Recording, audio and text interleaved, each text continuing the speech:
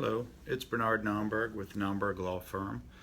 I wanted to take a few minutes to talk with you about how to be successful in a Social Security disability appeals hearing.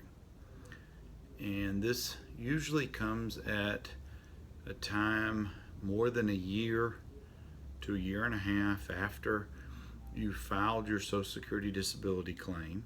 You've already gotten an unfavorable decision. You've made the choice to appeal that decision, and now we're at the hearing in front of the administrative law judge who will decide whether or not your claim meets the criteria necessary for the definition of disabled or disability under the Social Security Administrative Act. And there's a few tips that you can follow that I think that might help improve your ability or your chances to get a favorable decision. First and foremost, by watching this video, meeting with your lawyer, not going into the hearing alone. I think those things, being prepared first and foremost, will help you in your hearing and in your chances. I would not give off any indications in your records or in your history or in your testimony that you're a drug seeker or that you're malingering, you're just looking for a handout. Those things don't play well in front of the judges, that's for sure. I would also think that it's very important that you have a questions and answers preparation meeting with your lawyer. I do that usually about 10 days to a week before the hearing, just so that you will get a little familiarity with how the questions go. If you have time, I would go by the Social Security Administrative Office where your hearing is going to be held, just so that the day that your hearing occurs, you don't know, so that you're not confused as to directions, how to get there, you're not running late, those kind of things. If you take medicines, please take them as prescribed in the 24 hours before your hearing.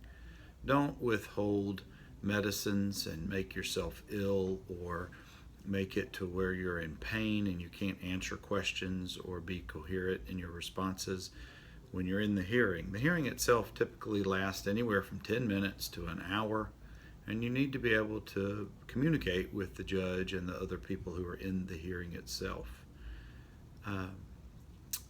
On a more bigger level, prior to your hearing itself, your medical care needs to show consistency in medical treatment for the injuries that you're claiming. If you go in there and you're claiming that you just hurt or have pain, but you're not very specific and not able to identify exactly where it is and that allow the doctors to treat you and to be able to help you, then it really is going to be more difficult for a judge to be able to find that you meet the criteria under the administrative criteria for the Social Security.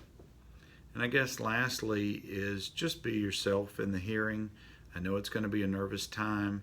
Hopefully you've prepared for it. Hopefully you're mentally ready for it. While you won't know all of the questions at a time, you should be familiar enough with what's going to happen to be able to answer all of those questions when you get in there. If you have any questions or concerns leading up to your Social Security disability hearing, please give us a call at the Nomberg Law Firm, 205-930-6900. We're also at nomberglaw.com on the internet, and you can find us we have a Twitter page as well as on Facebook. Thank you.